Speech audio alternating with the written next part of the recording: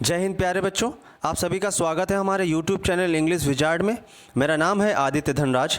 आज हम लोग करेंगे सेंटेंस इम्प्रूवमेंट का दूसरा वॉल्यूम जो कि बेस्ड है टाइम और टेंस पर। इसका पहला वॉल्यूम हम लोग कर चुके हैं जिसमें हमने 20 क्वेश्चंस डिस्कस किए थे। जिन लोगों ने पहला वॉल्यूम नहीं देखा है मैं उसका लिंक डिस्क्रिप्शन में दे दूंगा, वहाँ से जाके आप पहला वॉल्यूम देख सकते हैं। चलिए हम लोग स्टार्ट करते हैं आज का दूसरा वॉल्यूम। अब जैसा कि आप स्क्रीन पे देख रहे हैं, पहला क्वेश्चन जो दिया गया है पढ़ने की कोशिश करिए। अंडरलाइन वाला पार्ट आपका अगर गलत है तो इम्प्रूवमेंट करने की कोशिश करें, और अगर आपका नहीं है तो आपका आंसर होगा नो इम्प्रूवमेंट। देखते हैं, लिखा गया है the poor villagers have waited in the bitter cold for more than 2 hours now.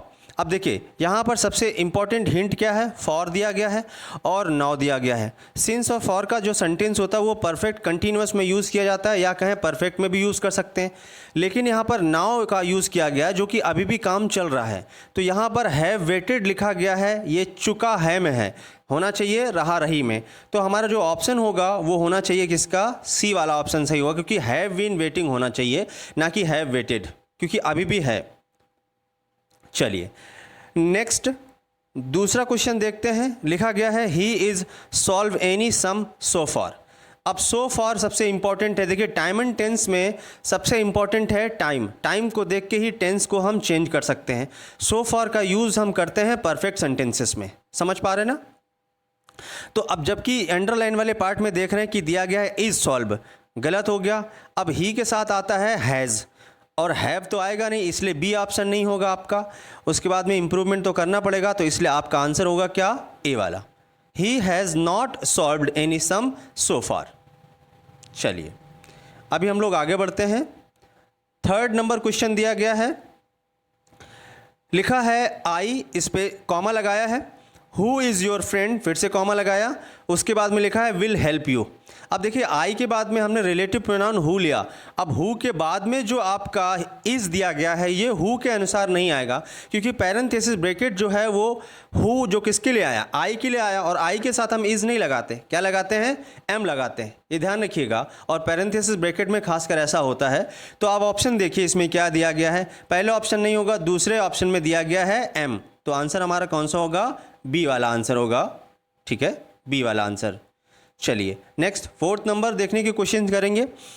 Fourth number लिखा है I lived here for the last 2 years. बिल्कुल आसान सा सेंटेंस है, फॉर का यूज़ किया गया है और उसके बाद में लिखा है द लास्ट 2 ईयर्स। तो सेंटेंस आप जानते हो, उसने कहने का मतलब ये कि वो पिछले 2 सालों से यहाँ रह रहा है, तो रह रहा है वो ठीक है। अब लेकिन आई लिव्ड लिखा गया है, जबकि होना चाहिए परफेक्ट या परफेक्ट कंटिन्यूअस में, तो होना चाहिए I have been living here. लेकिन यहाँ पर देख रहे हैं आप कोई भी आईएनजी वाले फॉर्म का कोई भी ऑप्शन आपको नहीं दिख रहा ए और बी और सी में।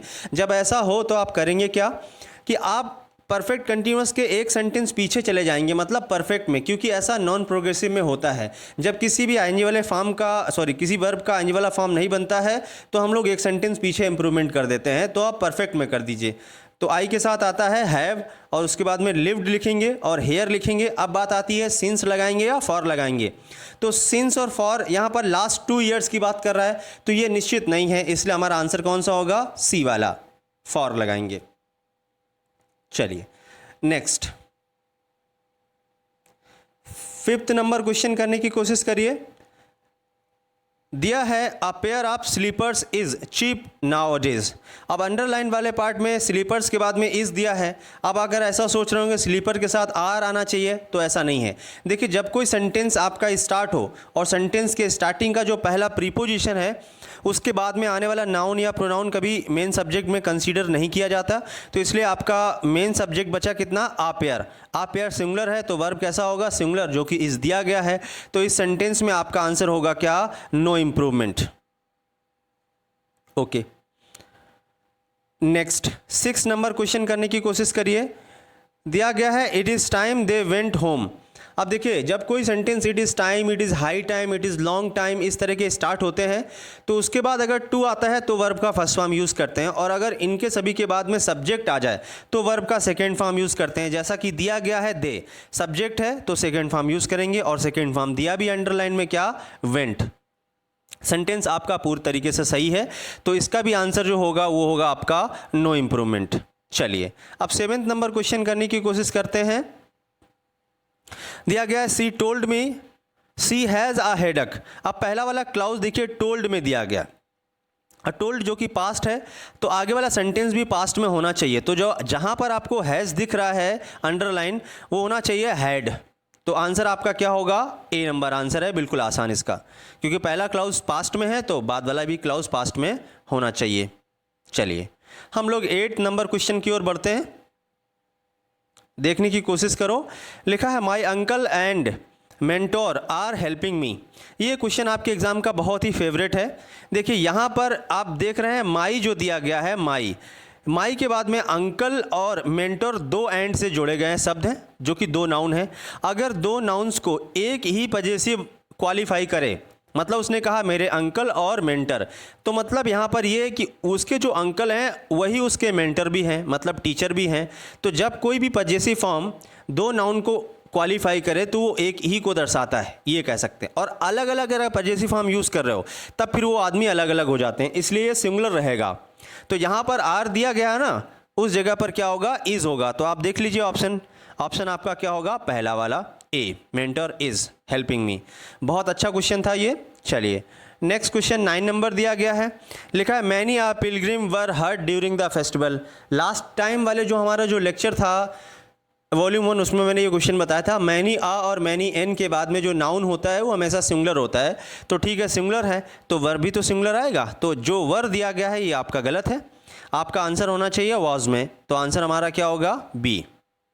चलिए 10th नंबर क्वेश्चन देखने की कोशिश करें। लिखा गया है 20 kilometres are a good distance. तो बिल्कुल आसान है, 20 किलोमीटर्स आपको प्लूरल लग रहा होगा, लेकिन आगे लिखा गया है अ गुड डिस्टेंस जो कि एक अमाउंट बना रहा है, समझ पा रहे हैं ना। तो जब कोई चीज़ अमाउंट या क्वांटिटी बनाता है तब वो हमेशा सिंगुलर कंसीडर किया जाता है। यहाँ 20 किलोमीटर्स की एक अच्छी डिस्टेंस की बात कर रहे हैं, एक ही डिस्टेंस कंसीडर की जाती है, मतलब एक वॉल्यूम। तो ये भी सिंगुलर होगा, तो इसका आंसर होगा क्या? आपका इज़। चलिए नेक्स्ट क्वेश्चन करेंगे हम लोग 11th नंबर, कोशिश करिए।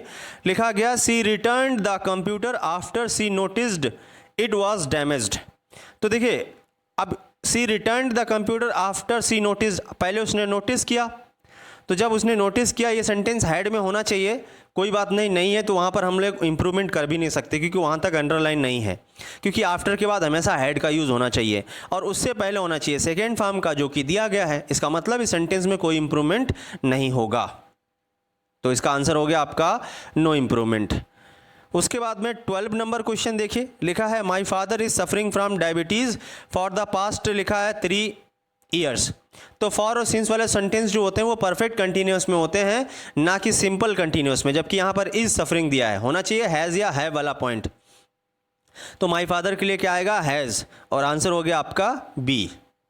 चलिए नेक्स्ट क्वेश्चन की ओर बढ़ते हैं। 13 नंबर क्वेश्चन करने की कोशिश करिए। दिया गया है one of my drawbacks is that. One of my drawbacks is that लिखा, क्या लिखा है? इज, जो कि सिंगुलर है और प्रेजेंट में है। तो उसने बोला that I did not have to tolerance of ambiguity. तो बाद वाला सेंटेंस भी होना चाहिए प्रेजेंट में, जबकि बाद वाले सेंटेंस में क्या दिया गया? डिड नॉट हैव होना क्या चाहिए प्रेजेंट में? डू या डज, तो आई के साथ डू आता है। तो अभी देखिए ऑप्शन कौन सा होगा आपका? बी वाले आंसर ऑप्शन दिया गया डू नॉट हैव, पहला प्रेजेंट में है तो बाद वाला प्रेजेंट में होना चाहिए। नेक्स्ट 14th नंबर क्वेश्चन करिए। लिखा है the priest told the devotees. अब देखिए टोल्ड दिया गया है, पास्ट में पहला क्लाउज हो गया तो बाद वाला सेंटेंस भी पास्ट में होना चाहिए। That the wages of sin, अब उसके बाद में लिखा है आर डेथ।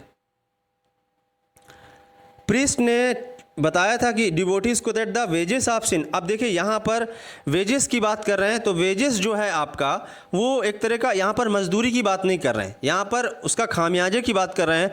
तो वैसे ही यहाँ पर सिंगुलर होना चाहिए कि जो सिन का वेजेस है, मान लेते हैं हम कि प्लूरल नहीं होना चाहिए यहाँ पर। अच्छा पास्ट में है तो पास्ट में होना चाहिए, ये बात सही है, लेकिन पास्ट में तो होगा ही नहीं, क्योंकि जब कोई प्रीस्ट है बताता है डिवोटीज़ को, ये तो हमेशा के लिए लागू होता है, चाहे आप पास्ट की बात करें चाहे प्रेजेंट की बात करें। जो पापों का जो है हमें खामियाजा, तो डेथ या जो भी होता है तो वो सही रहेगा, लेकिन हमेशा यहाँ पर हमें यूज़ करना चाहिए, इज़ यूज़ करना चाहिए, क्योंकि यहाँ पर ये वेजेस मजदूरी वाला नहीं है, यहाँ पर उसके रिजल्ट्स की बात कर रहा है।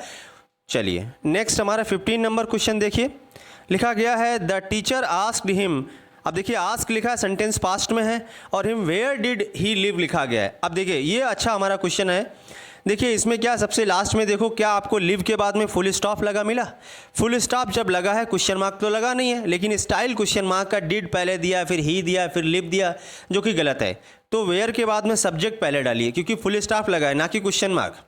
और वैसे भी बाद वाला क्लाउज मतलब सबऑर्डिनेट क्लाउज जो हम कभी भी इंटरोगेटिव में स्टाइल में नहीं बना सकते, तो होना चाहिए ही, और पास्ट में बनाना है तो ही लिव्ड होना चाहिए बस। तो आंसर हो गया आपका सी वाला।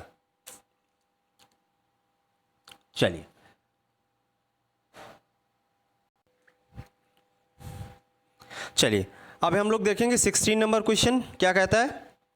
दिया गया है there are some bacteria that are survive inside nuclear power station. अब देखिए देयर आर सम बैक्टीरिया, जो बैक्टीरिया है आपका, ये जो वर्ड बैक्टीरिया है ये हमेशा प्लूरल होता है, क्योंकि इसका सिंगुलर होता है बैक्टीरियम, तो इसका मतलब ये प्लूरल है। अब उसके बाद में जो दैट लिखा गया है ये भी प्लूरल होगा, क्योंकि ये रिलेटिव प्रोनाउन हो गया। अब आगे भी प्लूरल होना चाहिए, वो सही है, लेकिन आगे जो सर्वाइव दिया है, जो कि मेन वर्ब दिया है, तो अब यहाँ पर are survive is M R के साथ कोई मेन वर्ब का यूज़ तो हम नहीं कर सकते, सेंटेंस पैसिव वॉइस में होना चाहिए, वो है नहीं।